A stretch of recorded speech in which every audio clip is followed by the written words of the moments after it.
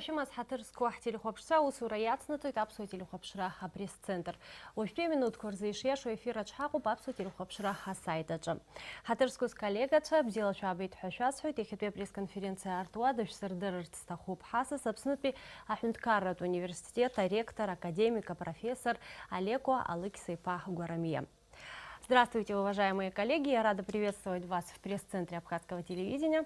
Открывая пресс-конференцию, хочу представить вам нашего гостя, ректора АГУ, академика РАН, профессора Олеко Алексеевича Гуарамия. Бдела чабет Олеко Алексейпа. Ярласна язгуахтаран его абсолютно Ахюнткарат университет юбилей. Ишпам юасуа хачазыгацараква. Ярбан шачаку и хэппи амта захигацу наски ярбан усмипгатку яхсапшу. Яшоп. Сэнта ха университет пшини вихуш ксахацует.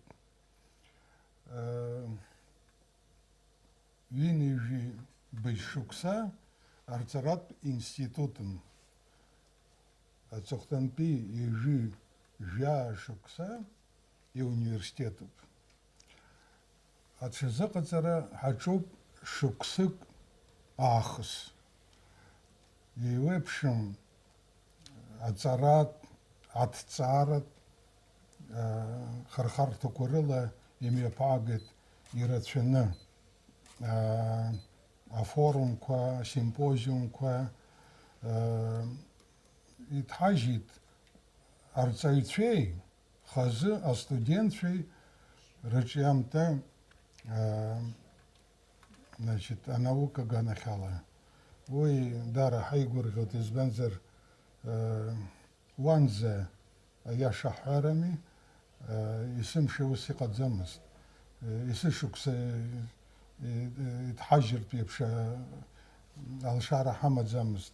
Абришта, абас хубав башуксарахас, а университет ушта и университету пхан ухар қалат.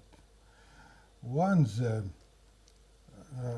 урыстыла пи университет ква, агирт Ахюнткара ква университет ква, дара и хацхраун, хара хазчыз убриякун, абри ацарат процесс, я пмырказаква, арцойча азханы, а студентча аудитория и юнало ацарат процесс яцагыло абас хаон ушта его ширадзам университет избензер якоп а потенциал якоп ачар и бзин и гылыз ачар хапхака сагугует хара университет яха авторитет ямо яхаги яхохот яхаги яцагыло ава рацахот обриакант яхапи юбилей радостно халут зиги абра и то корреспонденция геймачем хара университет ялгас бзин изгуала счет абри журналистика куша я хартырц а идея ко вежи хуикенер нас сарги садгылан харамадзам ко яуи уядаги и рацоп да рази рацоп и чицу азанат ко яллах галас хара Ахюнткара дара ятахом а психолог че а электрик че аргылович че хазипш и рацоп иқан а факультет сынта я хартит ақуша абри профессионал че азыка заразы асах атыхра аганахала юхаркалот факультет каму буштаган а университет қойште жаф низик хыши жипшик ауштем тачахамок вини жибешукса ирылагзыны арцарат институт итнажис женизики шикроп Уи хымԥада илҵшәа бзиоуп, уажәшьҭа ираҳҭап Алшара сколлегацәа рызҵаарақәа рҭииртә еиԥш. Коллеги, вопросы? Надежда Боровикова, База ТВ. Олег Алексеевич, не могли бы вы вспомнить 89-й год? Очень непростой год и для университета, и для страны в целом.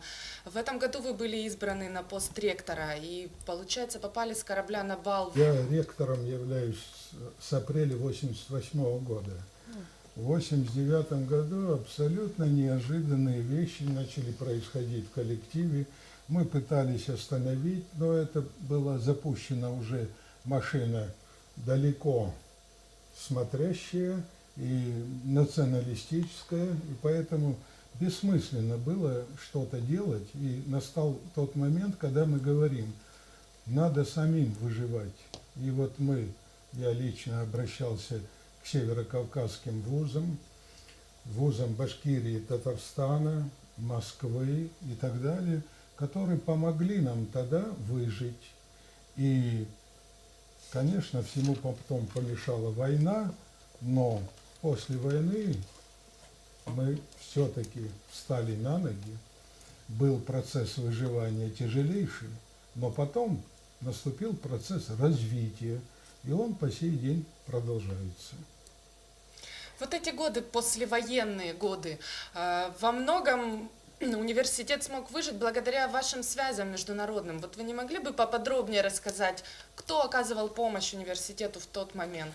Вы знаете, в первые дни войны я обратился к своему другу, я могу это говорить, мы, правда, очень давно дружим, к ректору Московского университета Виктору Антоновичу Садовничему. Кстати говоря, он тут же собрал президиум Евразийской ассоциации университетов и написали письмо Ельцину от имени Евразийской ассоциации университетов о необходимости немедленного прекращения кровопролития, то, что происходит. И он обещал, я помогу вам, значит, так же, как помогал МГУ, там, университетам Кабула, Ханоя, Гаваны и так далее. Но это Виктор Антонович, это великий человек, это просветитель великий, ученый великий, организатор великий и так далее. Вот. Так наши 87 студенток сразу были приняты в МГУ в качестве вольнослушательниц. 16 преподавателей получили места в общежитии и стали преподавать в МГУ. Закончилась война, все они вернулись. Да. Это был первый такой. И война закончилась 30 сентября, а 17 ноября в Ашхабаде наш университет, который был только на бумаге, был принят в Евразийскую ассоциацию университетов. Виктор Антонович, он президент Евразийской ассоциации университетов, он президент Российского союза ректоров, он президент Ассоциации классических университетов России, да, он председатель учебно-методического объединения университетов и так далее, и так далее. И мы под крылом МГУ, а затем МГИМО, Казанского университета, Северокавказских университетов, очень многих университетов, а потом уже добавились и университеты дальнего зарубежья, вот, скажем, я вот бывал и в Штатах, и в Великобритании, в Италии, на Кипре и так далее, в Венесуэле даже, вот, во многих университетах. И благодаря вот этому сообществу людей, науки и образования наш университет сегодня выглядит довольно-таки неплохо. Мы лучше всех знаем, что нам не хватает, где у нас, так сказать, прорыв хороший, а где мы очень отстаем.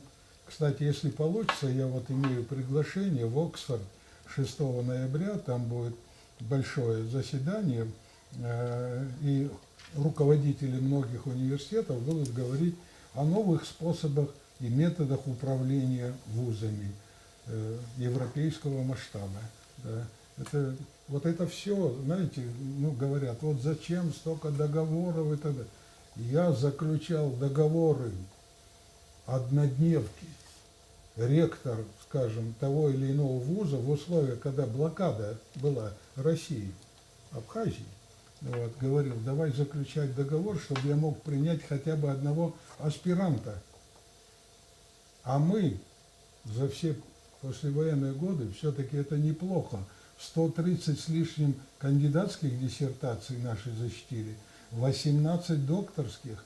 Для такого, значит, я не знаю, вуза, я не знаю, который прошел, так сказать, ад, это очень даже неплохо. И сейчас у нас очень многие в соискателях, в аспирантах, магистрантах и так далее, докторантах и так далее. Так что вот такая ситуация. Спасибо большое. Коллеги, есть? Олег Алексеевич, вы сказали, что вы знаете, где у вас есть прорывы, где есть недочеты. Что вы можете назвать прорывом в работе университета, в деятельности его и напротив? Значит, прорывом я, например, считаю то, что российская помощь используется целенаправленно по отношению к университету, и проведен очень хороший ремонт, правда, он еще не закончен, но это, так сказать, второе. Прорывами были те организационные вопросы, которые мы проводили. Значит, мы надеялись только на себя, и где не можем надеяться на себя, мы приглашали наших партнеров из разных стран. Мы открывали специальности, которые крайне нужны государству. Представьте себе, война закончилась, психология, психика людей была отравлена, можно так сказать. И мы совместно с Московским социально-гуманитарным институтом подготовили 280 психологов и 50 логопедов. Это большое подспорье для... И тем не менее, как вы знаете, ситуация не очень хорошая в отношении, скажем, наркомании там, и других явлений. Но это мы сделали и дали государству таких специалистов. Совместно с Уральским федеральным университетом мы подготовили более 100 инженеров-строителей. Сейчас готовим инженеров-электриков и так далее, и так далее. Тут много различных видов. Это все были прорывы. Чего нам не хватает, я прямо скажу, организованности, но не на университетском уровне, а в государстве. Вот столько потрясений происходило в нашем государстве, и каждая новая власть говорила, вот то, что было сделано до этого плохо, теперь давай. И вот это идет накопление отрицательного. Это, с этим надо заканчивать. Вот я скажу прямо. Мы, государство в государстве, это национальный университет. И мы не делим людей. Это в оппозиции, а это у власти ни в коем случае. У нас есть и проправительственные силы, и прооппозиционные, и так далее. Это нормально. Вот мы будем проводить вот во вторник, всех приглашаю, вы там увидите руководителей всех партий и движений, всех депутатов нынешнего состава и так далее, и так далее. Университет не то место, где, знаете, не будить зверя. Если поднимется студенчество, мало не покажется никому. И вы, наверное, знаете, сколько терпения у наших студентов за все послевоенные годы, несмотря на очень тяжелейшие условия, часть из которых продолжается. Да, вот, они и не думали во время выборов различных, студенты наши очень правильную, нормальную, нейтральную позицию занимали и смотрели только на то, готов или не готов тот или иной кандидат на ту или иную должность. Да, это есть очень хорошо. Теперь дальше, вот скажем, говорят лимиты. Это не лимиты, это называется целевой заказ. А целевой заказ запрашивается только по тем специальностям, которых нет в своем национальном вузе. А что происходит на самом деле? Это неправильно. Вот я вам сравнение делаю. Белоруссия всего в прошлом году получила 40 мест, а Абхазия 160. Это абсолютно неправильно. У Белоруссии прекрасные вузы, и им не нужны, значит, специалисты по тем направлениям, которые есть в Беларуси. А мы что делаем? Если сейчас посмотреть, сколько архитекторов мы подготовили после войны, так это на всю Россию хватит. Да, это ужас какой-то. Да. Поэтому структура целевого заказа, возвращение на родину тех, которых послало государство на бесплатной основе учиться. Пример. В Чечне установлен срок отработки 5 лет после окончания вуза. Пусть попробует, кто-то не выполнит это. Рамзан Кадыров заставит вернуть государству сполна все, что было затрачено. Что с нами случилось? Почему? Я вот говорил цифру. 16 324 выпускника у нас за все годы существования университета. Сегодня у нас 156 школ, 27 тысяч учеников, 4 тысячи преподавателей, среди которых есть люди, которые не имеют соответствующего образования, а у нас диплом педагога школы не получили 1200 человек. Понимаете? Вот я извиняюсь, но чиновники на местах должны не статистикой заниматься. Вот этот не явился, тот там и так далее. Нет, дорогие мои, если по целевому заказу посылаешь человека на учебу в Абхазский госуниверситет, ты позаботься, чтобы он вернулся и отработал 2 года, не 5, а 2 года. Да. И это не делается. Вот тут есть объективные причины, это зарплата и так далее, и субъективные причины. Что мешало школе развиваться, это то, что в свое время мы вынуждены были в государстве родительские взносы платить. Закон об образовании, я даже был министром, делали программу «Сельский учитель», которая так и не реализовалась, к великому сожалению. Тогда можно было принять закон об образовании. Одно но. Когда принимается закон, любой, обязательно за ним должен последовать другой документ, как говорят, подзаконные акты. Один из новоиспеченных чиновников недавно заявляет, у нас готов проект закона об образовании. Как он готов, если Абхазский государственный университет об этом вообще ничего не знает? Так нельзя. Есть вещи, которые обязательно должны пройти через университет.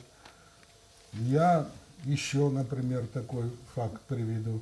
У нас есть экономический факультет, юридический факультет. Все послевоенные годы, за исключением последних 7-8 лет, к нам присылали на экспертизу проекты законов. Потом перестали. А сейчас говорят, нужен институт экономики и права. У нас что, лишние деньги? Зачем? Вот вы когда-нибудь слышали, что в Абхазском университете вот проводится какая-то пиар-компания, вот тратят деньги на то, что не обязательно нужно? Нет, этого нет. Да. А зачем другим позволять тратить и без того скудные ресурсы финансовые на абсолютно ненужное дело? Абсолютно ненужное. Я могу это Да, Олег часами Алексеевич, говорить. если вы позволите, дорогие коллеги, есть вопросы? Есть, да. Есть? Да. Олег Анжела, Алексеевич, насколько активно вы сотрудничаете, имею в виду АГУ, с вузами Северного Кавказа? И какие-то есть ли у вас общие проекты, которые вы реализуете вместе? Когда в 1989 году произошли события, я сразу поехал в вузы Северного Кавказа, в первую очередь. Война была, вы знаете, очень много добровольцев, которые приехали, и среди них те друзья наших студентов, которые обучались на Северном Кавказе, в том числе. У нас погибло 94 преподавателя и студента, среди них, кстати, и студенты из Северного Кавказа. Когда закончилась война, мы сразу заключили договоры. Мы сразу из Карачаева-Черкесии, Кабардино-Балкарии, Адыгеи, значит, ребят приглашали в университет для учебы. Они приезжали, многие и так далее. Потом, когда Россия стала выдавать вот эти целевые места, сейчас положение северокавказских университетов и, скажем, той же Южной Осетии, отдельно говорю, вот, и так далее, ухудшается, потому что очень много ребят берут на учебу в Россию, то есть, ну, скажем, из Южной Осетии, даже из самой России, в Россию, в другие вузы и так далее. А для национальных университетов это очень неправильная позиция, значит, опять по тем же специальностям, которые есть в этих университетах. У нас продолжается, вы помните прекрасно, несколько лет назад мы провели форум адыгской и абхазской молодежи. 14 государств были представлены вот на этом форуме. Ребята, значит, прощались со слезами на глазах, и многие до сих пор переписываются и так далее. И я думаю, мы обязательно проведем следующий, еще раз минимум, вот такой форум. Да. Спасибо большое. Олег Алексеевич, скажи, пожалуйста, какие мероприятия были предусмотрены в рамках празднования 85-летия университета? Передо мной вот список 18 вузов, которые будут представлены во вторник вот на этом мероприятии, на пленарном заседании. Ну, начинается список, понятно, с Московского университета. Виктор Антонович Садовничий, делегат вот, Всемирного конгресса, фестиваля молодежи и студентов в Сочи. И 18-го он с утра будет проводить, модератором является одного очень крупного мероприятия, но после этого он приедет к нам. А мы начнем здесь, в университете. Теперь мы издали, я уже говорил, сборник научных трудов из преподавателей, отдельно студентов. Вышла монета, Абхазский университет. На всех факультетах мы провели научные, культурные, различные другие мероприятия с приглашением наших студентов с партнеров вузов. Отдельно провели 80-летие исторического факультета. За этот год проведена очень большая работа. И мы 17, 18 и 19 будем иметь очень, для нас очень важных гостей из России, естественно, из Карабаха, Приднестровья, там, ДНР, ЛНР и так далее, и так далее. Да. Почему я это тоже говорю? Значит, мы в 2006 году создали ассоциацию университетов, тогда назвали самоопределившихся государств. А вот после признания Абхазии и Южной Осетии мы назвали ассоциацию университетов новейших независимых государств. Да. Это тоже ассоциация, которая действует. Я совсем недавно, вот последний раз, для того, чтобы, так сказать, вы понимали, много раз я был в Казахстане, вот, очень большую работу Нурсултан Абишевич проводит по сближению народов Евразии. Вот. Виктор Антонович по сохранению единого образовательного пространства бывшего Советского Союза. И вот был съезд первый, ассамблеи народов Евразии. И это в университете народного хозяйства и госслужбы при президенте проходил. Вот там я выступал на пленарном заседании и говорил о том, и всех приглашал на наш юбилей. Спасибо большое, Олег Алексеевич. Если вы позволите, мы продолжим. Надежда. Олег Алексеевич, вы совмещаете и преподавательскую деятельность, и научную, и вы еще и спортсмен, и вы вместе с тем управляете таким огромным организмом, как Абхазский госуниверситет. Как вам удается все это совмещать?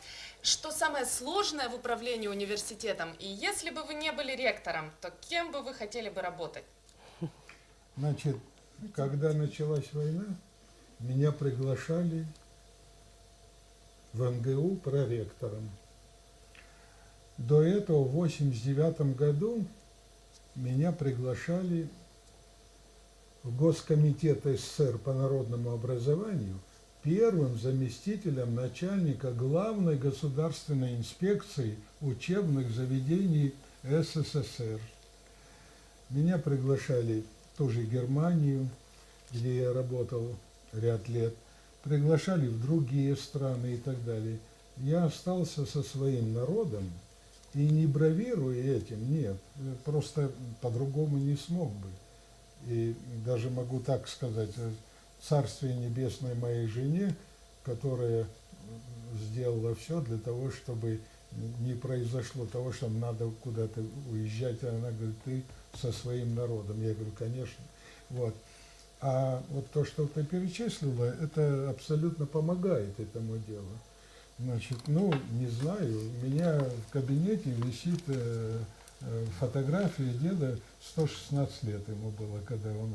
Ну, я думаю, примерно столько же, а может быть и больше проживу, потому что заряд, который дал бокс, потом общение с молодежью и так далее, значит, заставляет и наукой заниматься, и спортом заниматься, и хорошо знать психологию молодежи, и хорошо знать психологию старшего поколения. И вот это как-то видео. Ну и потом я абхазец, ген долголетия в нас, наверное, есть. Да. Спасибо большое. Заключительный вопрос, коллеги, По если скольким есть. специальностям готовят сегодня в АГУ? И есть ли какие-то вот планы на внедрение новой специальности в нашем университете? Когда был пединститут, значит, было 24 специальности. Вообще начинались с 3. Да. Вот. Когда был пединститут, преобразовывался в университет, было 24. Сегодня 42 специальности. И более того, у нас есть переход на многоуровневую систему. Это бакалавр, специалитет, магистратура. И, кстати говоря, аспирантура в России уже признана следующим уровнем образования. Раньше говорили научно-педагогические кадры. Вот аспирант, докторант. А сейчас следующий уровень образования. Вот поэтому и нам надо это понять. Не испытывает ли университет конкуренцию по сравнению с другими вузами? Не происходит ли отток абитуриентов за пределы республики, на ваш взгляд? То, что я говорил, так что по так называемым лимитам и так далее. Ну, может быть, не все, но в основном готовятся у репетиторов, а потом едут. Сначала, когда этого всего не было, а были только единицы по лимитам, так что, да, у нас тоже проблем не было. Да. Потом, когда стали вот так вот массами выдавать вот эти целевые места, уже не стали готовиться к нам через репетиторов. А в школе какое положение? Вы прекрасно знаете, какая ситуация в школе продолжает быть, дорогие мои. Я призываю всех руководителей любого уровня системы образования, не надо самообманом заниматься. Но есть хорошие школы, есть относительно хорошие, но посмотрите на большинство. И поэтому здесь не до пиара Вот мы приняли в этом году 562 человека. Не сдали всего 63. Не сдали экзамены вступительные. Но это были те, у которых там 4-5 стоит, а он на единицу отвечает, понятия не имеет и так далее. И что мы делали? Нам приходилось во время вступительных испытаний фактически проводить профориентацию. Слушай, ты идешь на юридические, абсолютно не открывал книгу. Может, у тебя какие-то способности есть по естественным наукам. Там, и то. В ходе экзамена мы вот это вот все делали. Это грубейшее нарушение. Но мы идем на это. Мы даем шанс молодежи. Выдерживают? Ну, нет. Очень многие по ходу учебного процесса отсеиваются. Олег Алексеевич, если позволите, эфирное время подходит к концу. Не хочется на негативной ноте завершать нашу пресс-конференцию. У вас есть возможность поздравить всех выпускников Абхазского государственного университета с юбилеем. Хатырску хавайжлар акчараку зегивсет счет и шидеснагалат Харах университета, Амилат университет, а юбилей сабгуквает хабхака и бзен и калабхан ситуация дара и мачимку и хаму поюсша уртки хацхрауи. И табу пидудзен шергивсей хашитамон шаларе кушияра дука и цагылоби пара курица адзаразна палаку. И табу пидудзен с коллегача Абриала и хапе пресс-конференция Хыркшава Абзера Схашас Фарстахоп я его хайкшара канза.